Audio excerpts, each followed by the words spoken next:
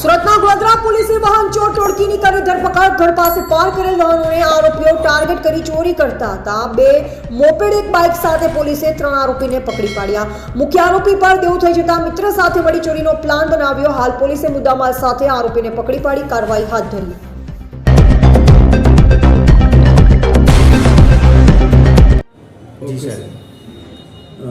Godhra police station ખાતે moped ચોરીની એક ફરિયાદ નોંધાઈ હતી, જેને અનુસંધાને પોલીસે એક્ટિવેટ થઈ અને એને તપાસ હાથ ધરી હતી, જેમાં અમે સીસીટીવી ફૂટેજ ફોલો કર્યા હતા અને સાથે સાથે અમારા જે બાતમીદારો હોય એનું નેટવર્ક પણ એક્ટિવેટ કર્યું હતું. અમને છેલ્લે સફળતા મળી હતી કે જેમાં અમને જાણવા મળ્યું હતું કે 3 વ્યક્તિઓ આ ચોરીમાં સામેલ છે. એકનું નામ નિલેશ હડિયા, એક વિપુલ સિસારાવ અને એક હિતેશ લાડુમોર. આ 3 જણાએ થઈ અને ટોટલ 3 વ્હીકલની ચોરી કરી હતી, જેમાંથી 2 વ્હીકલ છે એ પૂણા પોલીસ સ્ટેશન વિસ્તારના છે અને ત્યાં ચોરીના ગુના નોંધાયા હતા, જે બંને અનડિટેક્ટ હતા. ત્યારબાદ એક જે ગોધરામાં ચોરીનો ગુનો નોંધાયો હતો એ પણ ડિટેક્ટ થયું છે. પોલીસે આ 3 બાઇક્સ રિકવર કર્યા છે. આ ટોટલ બાઇક્સની કિંમત 1,70,000ની આસપાસ થાય છે. આની સાથે સાથે પોલીસે એક અન્ય વ્હીકલ પણ રિકવર કર્યું છે કે જે વ્હીકલ આ લોકોએ ચોરીના ગુનામાં કામમાં લીધેલ હતું. આ વ્હીકલ હોન્ડા શ્રાઇન છે, એની કિંમત 40,000 છે, એની કિંમત 50,000 છે અને ટોટલ આવી રીતના મુદ્દામાલ પોલીસે રિકવર કર્યો છે. આ લોકોએ અન્ય કયા ગુનામાં સંડોવાયેલ છે કે નહીં એ પણ અમે તપાસ કરી રહ્યા છીએ.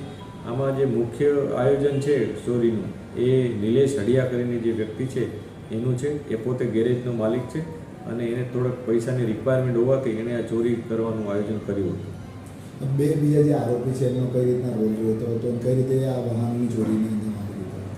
આરોપીઓ અંધારાના સમયમાં વિસ્તારમાં ફરતા રહેતા હતા અને પછી જે જગ્યાએ એમને કોઈ વ્હીકલ એવું દેખાય કે જેમાં લોક ન હોય તો એ વ્હીકલને એ લોકો બંને જણા થઈ અને દોરી જતા હતા અને દોરી જઈને આગળ દેવત ગામ ખાતે એક પ્લોટ છે, જે બાંધકામ ત્યાં થયેલું નથી પરંતુ દિવાલ વાળેલી છે.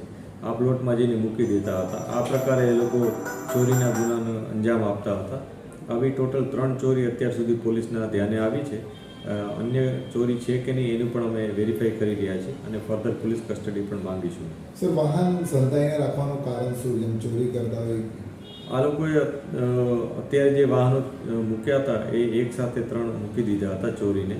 એટલે એમનું આયોજન એ પ્રકારે હતું કે કોઈ એનો ગ્રાહક મળી જાય તો એકસાથે બધા બાઇક્સ આપી દે અને અવાવરું જગ્યાએ રાખે, જેથી એમનું કોઈ જગ્યાએ સીધી સંડોવણી જણાય નહીં. એ પ્રકારનું પ્રાઇમરી અમને જણાય છે કે આ પ્રકારનું એ લોકોનું પ્લાનિંગ હોઈ શકે, પરંતુ હજી વધારે ઇન્ટ્રોગેશન કરશું ત્યારે બધું ખ્યાલ આવશે. ચોરી કરવાનું પાછળ કારણ શું? મોત શોખ કે પછી આર્થિક લાભ? આમાં જે નિલેશ હડિયા છે જેનું ચોરી કરવાનું આયોજન છે એ પોતે મોટા દેવામાં આવી ગયો હતો. 17 લાખ રૂપિયા જેટલું દેવું હોવાનું અમને ઇન્ટ્રોગેશનમાં જાણવા મળ્યું છે. આ દેવું કયા પ્રકારનું હતું, શું હતું એ અમે ચકાસી રહ્યા છીએ, પરંતુ અત્યારે એવું જાણવા મળ્યું છે કે આ દેવું ઉતારવા માટે એક ચોરીના રવાડે ચડી ગયો. બંને જે બીજા